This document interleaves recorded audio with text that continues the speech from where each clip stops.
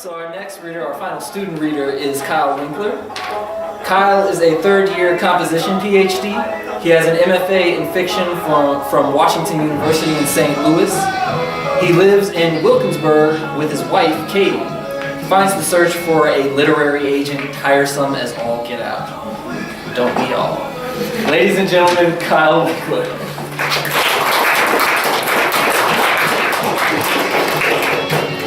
You didn't have to doctor that up well. And you asked for plain ones, so I tried to give you something really boring. So fiction readers have a different protocol than poets, I think, because we have to read something that is self-contained, which is difficult. So I bypassed two shorts for a excerpt from a new book that I'm writing. So hopefully it will be self-contained in its own way. It's called Aristotle Was Wrong, and here's the epigraph so far. It's from Plato's Republic. We must begin then, it seems, by censorship over our story makers, and what they do well we must pass, and what not reject. But most of the stories they now tell, we must reject. 1. The library made moisture into hate. And as far as the contemplative life goes, scholars cannot handle damp. Library patrons limped along like biblical B-sides and were heard to ask things like, "Excuse me, moisture?" "What?" asked the passing man. "I said, excuse me, mister." Babies brought in from the heat, low slung in those motherly biceps, presented themselves as versions of boiled vegetables. Such a disgrace to infancy. Someone lamented a return to parasols. A dozing codger farted in unconscious exhaustion. Nowhere on the shelves did relief sit. Books don't breathe, or they do, but we haven't figured out how. We must remember air conditioning represents luxury in the budgets of rural townships, although this was one of those God-forsaken towns. He then, who owns a cellar door, cools the soul of dry goods. It was unseasonably October. 2. Everything wrong in the world was wrong with books, Sylvia said. No one heard her, alone in the back, surrounded by incoming items. She beeped each piece with a corded laser gun. Children's abecedaries beeped.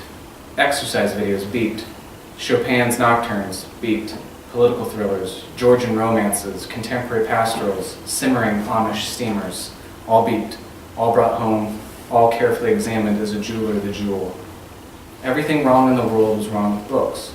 Their spines were broken and needed taped or glued, or restitched or altogether rebound. Their pages crimped and curled. They were, ostensibly, just plants repackaged into another form, books. And so it made sense to say that what was wrong with the world was wrong with books. The assistant head librarian edged his nose over the cubicle wall and asked if Sylvia would care for a diet soda. Albert's glasses belonged, spiritually so, on an older, deceased laboratory director, his nose to a long dead face of a Duke of Habsburg. In any case, Sylvia could only perceive portraiture when she saw him.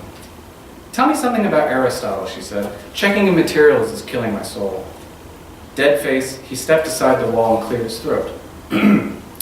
Albert fit in the library the way skis fit into a garden shed. He paused. Asking Albert about Aristotle embarrassed his knowledge. Sylvia, forgetful of personal indiscretion, apologized. "Please, please, no, no, no," he said. He was waving away discursive traffic. "What happened again?" She's asking for some sort of a old story that had happened in the library. Some years ago, a huggish woman put herself forward as claimant to all things Albert, which meant researching the weather of Denmark, which meant protecting the sanctity of the reference desk. That is, reference librarians have to query or field a lot of queries from weird people all the time. I don't know if anybody's worked in a library. Happens. So this woman, this human flytrap, Dina, she petted Albert's hand and pursued his personal history. We're talking a person who perpetually appeared cheery, outfitted in a Macintosh. Sun, moon, wind, rain, plague. When Dina discovered he, Albert, had written a senior thesis decades ago on Aristotle, some conclusive boulder rolled to the back of her mind. Nothing else should be spoken of but Aristotle. She was so esoteric about her crush that she strutted in once with a t-shirt for Albert that read, "More Macedonian Metaphysics!" exclamation point. Sylvia stopped the story. Huh? Albert said that Aristotle was Macedonian, really. Dina had made this insane shirt for him. She'd scrawled on a t-shirt with a Sharpie. Aw, Sylvia said, I want that. I want intelligent stalkers. Albert denied this. Stalkers have wretched needs. They're petulant like rare flowers. In fact, Dina's undiluted affection for his Albertness forced him to proclaim that Aristotle was wrong. Wrong about it all. Well, this set Dina off.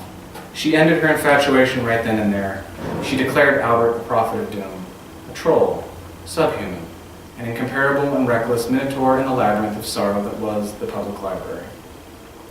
Sylvia couldn't help it. Okay, but was Aristotle wrong? She asked. Albert configured. He was thoughtful, and this was okay to indulge, Sylvia thought, wherein most people considered it punishingly autistic. Wrong? Yes, but in ways we'll never be right. 3. The head librarian, Dolores, used to iron back into satisfying form these huge pages of encyclopedias right on her desk. The iron had an old fabric electrical cord, clearly a fire hazard. She was brutally pragmatic, which meant cutting out middlemen, middle women, middle children. Most middle people were vermin to Dolores.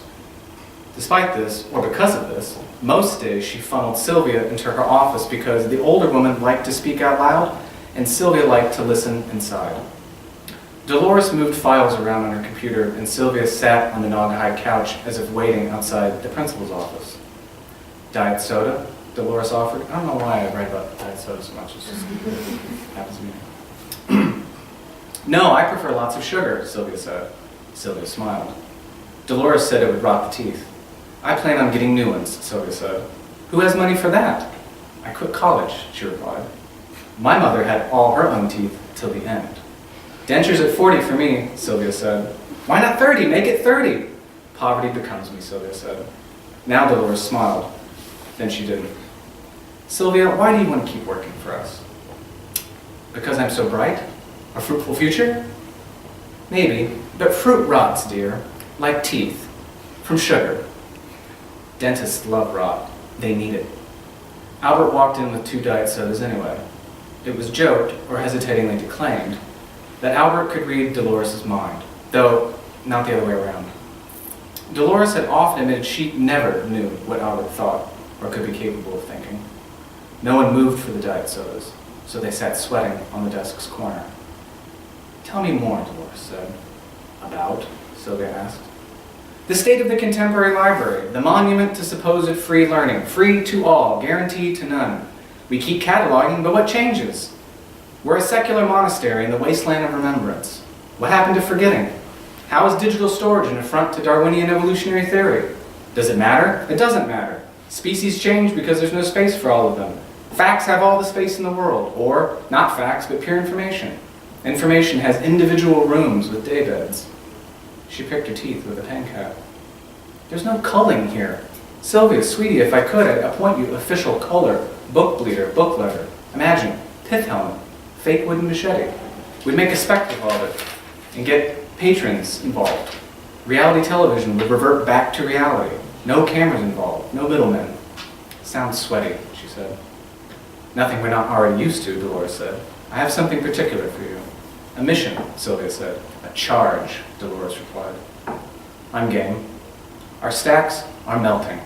Our books are dying. The head librarian did not care to elaborate. Dolores, Sylvia asked, are you married? Have you heard the word deliquesce? Dolores asked. It's when a solid becomes a liquid. Can you imagine the books as beings that are rotting on the shelves? Thank you.